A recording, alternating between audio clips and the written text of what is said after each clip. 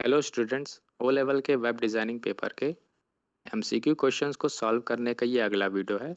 और इस वीडियो में हम जावास्क्रिप्ट से रिलेटेड पिछले एग्जाम से पूछे जाने वाले एमसीक्यू क्वेश्चंस और जो आपके पेपर चल रहे हैं जनवरी 24 के, इसमें भी जो क्वेश्चंस आए हुए हैं जावास्क्रिप्ट से रिलेटेड, हम उन सभी एमसीक्यू क्वेश्चंस को कवर कर रहे हैं। ठीक है, चलिए इस वीडियो को स्टार्ट करते हैं।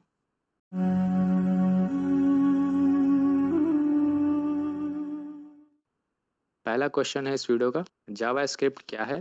Object oriented language, scripting language, interpreted language या इसमें से सभी? तो जावास्क्रिप्ट ऑब्जेक्ट ओरिएंटेड लैंग्वेज भी है, स्क्रिप्टिंग लैंग्वेज भी है, इंटरप्रेटेड लैंग्वेज भी है। तो सही जवाब होगा option D, all of the above. ठीक है,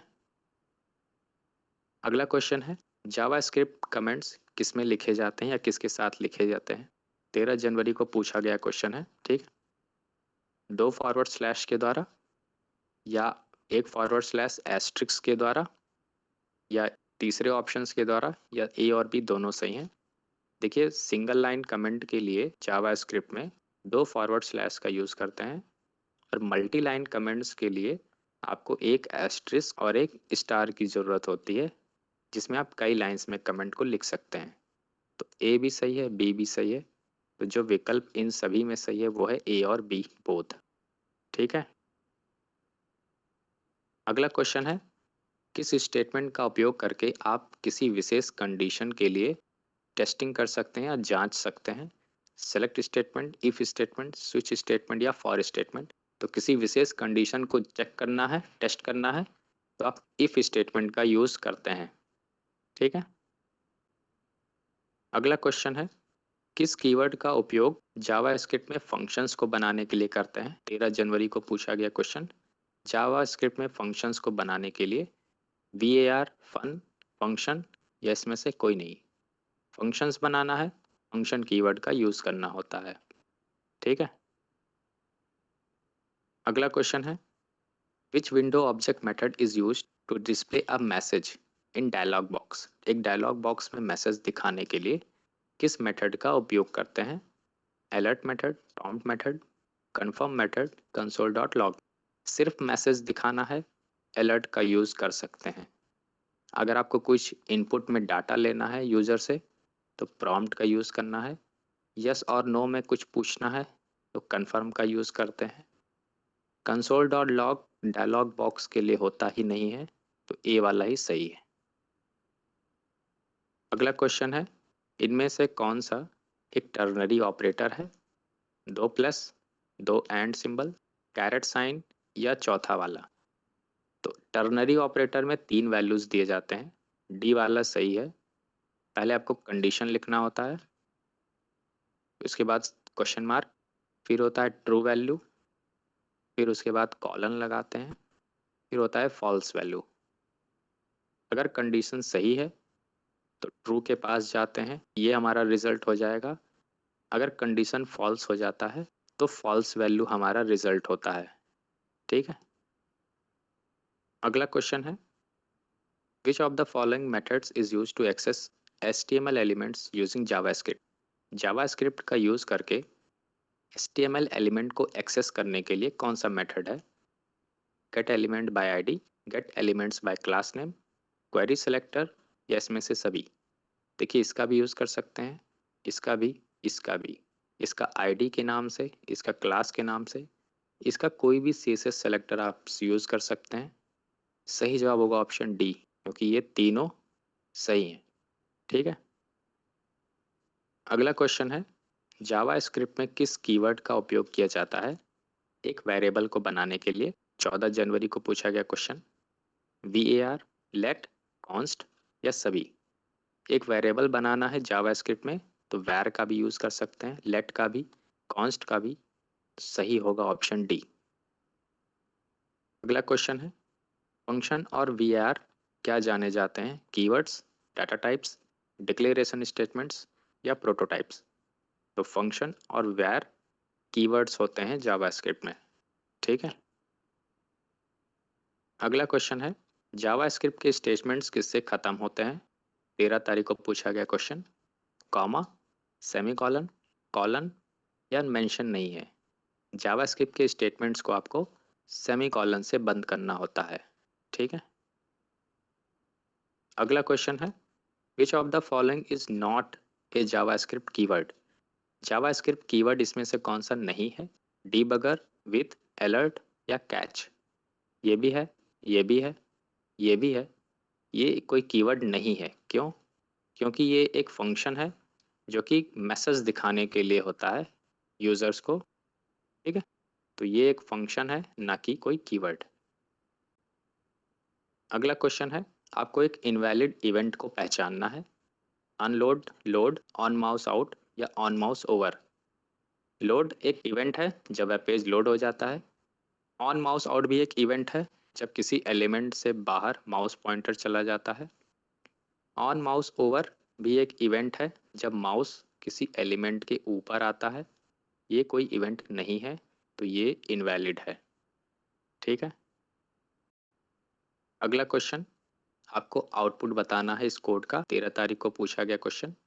वेरिएबल एक बना है string1 नाम का, डाटा इसमें 40 है जो कि टेक्स्ट के रूप में है। एक और वेरिएबल जिसका नाम है इंट वैल्यू, डाटा इसमें 50 है जो कि इंटीजर या नंबर टाइप का है। अलर्ट फंक्शन में आपने दोनों को जोड़ के रखा हुआ है, तो जब आप एक स्ट्रिंग को एक नंबर से जोड़ते हैं तो रिजल्ट भी स्ट्रिंग में यानी टेक्स्ट में ही आता है, वो नंबर की तरह ऐड नहीं होगा, अगल बगल ही लिख जाएगा। तो ए वाला ऑप्शन सही है, अगल बगल में दोनों है, ठीक है। अगला question, which comparison operator is used to find equality of type as well as equality of content between two variables. दो वेरिएबल हैं, एक v1 v2। आपको इनका टाइप भी समान चेक करना है, यानी इक्वल चेक करना है, और इनका वैल्यू भी इक्वल चेक करना है।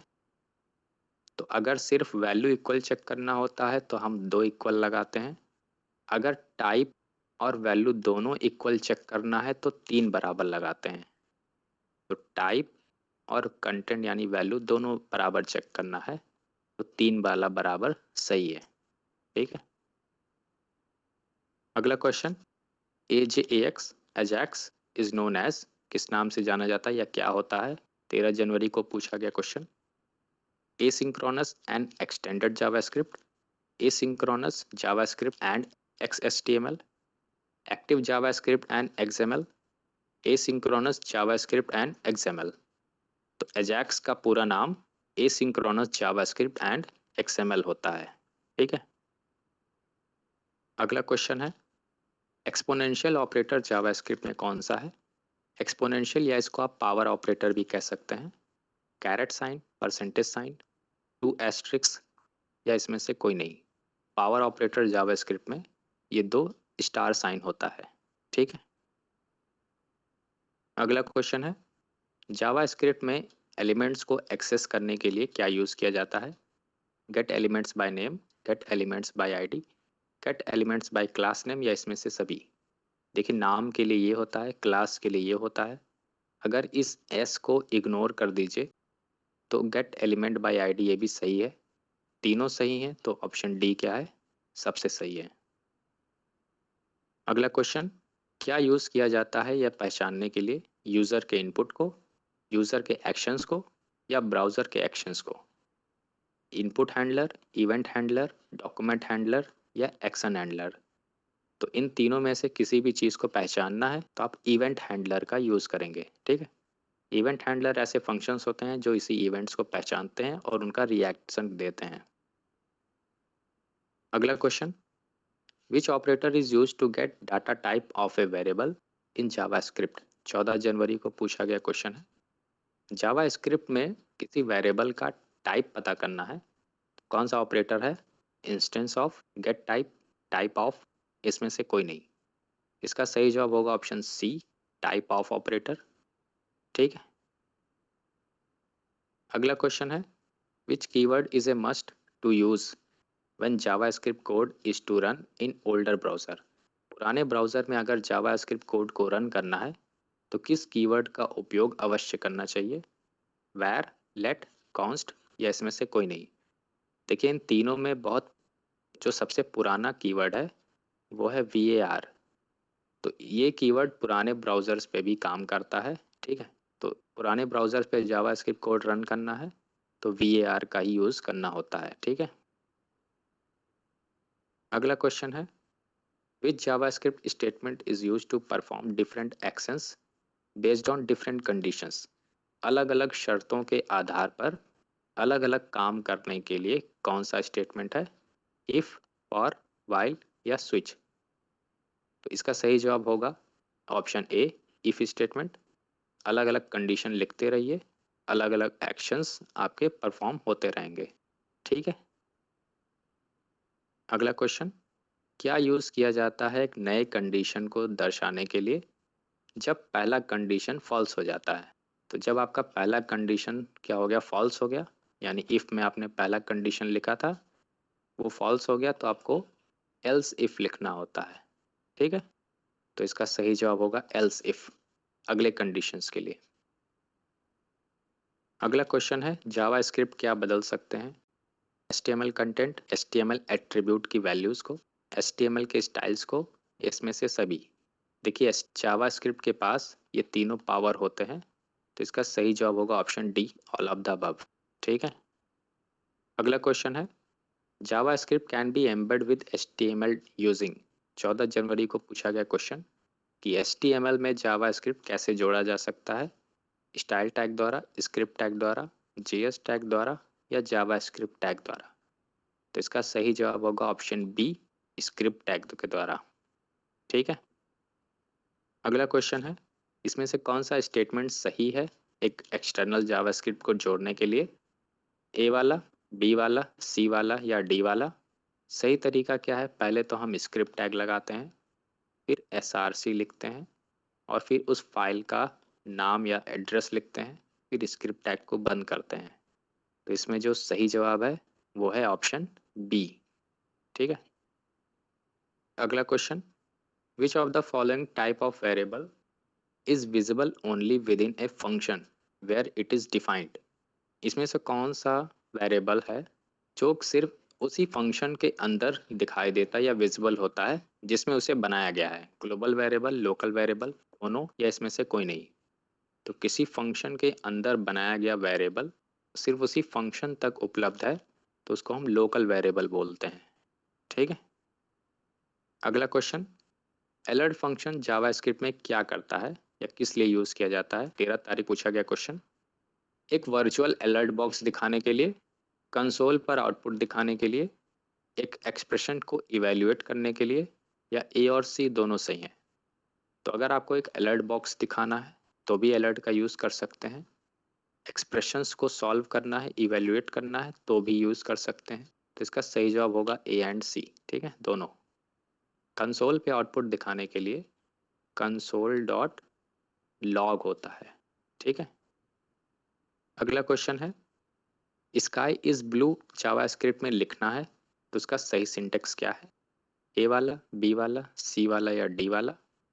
तो अगर आपको कोई टेक्स्ट जावास्क्रिप्ट में सिर्फ आपको राइट करना है वेब पेज पे तो उसके लिए ऑप्शन बी वाला जो तरीका है वो सही है, ठीक है। इसमें डॉक्यूमेंट लिखते हैं, डॉट लगाते हैं, राइट लिखते हैं, फिर वो कंटेंट लिखते हैं जो आपको दिखाना होता है, लिखना होता है, ठीक है। तो इसका सही जवाब होगा ऑप्शन बी। अगला क्वेश्चन है, what type of value gets if we add the following two variables. 14 जनवरी को पूछा गया क्वेश्चन, अगर हम इन दो वेरिएबल्स को जोड़ते हैं तो किस टाइप की वैल्यू हमको मिलता है? एक वेरिएबल ए है जो कि स्ट्रिंग टाइप का या टेक्स्ट टाइप का है, एक बी है जो कि इंटीजर या नंबर टाइप का है।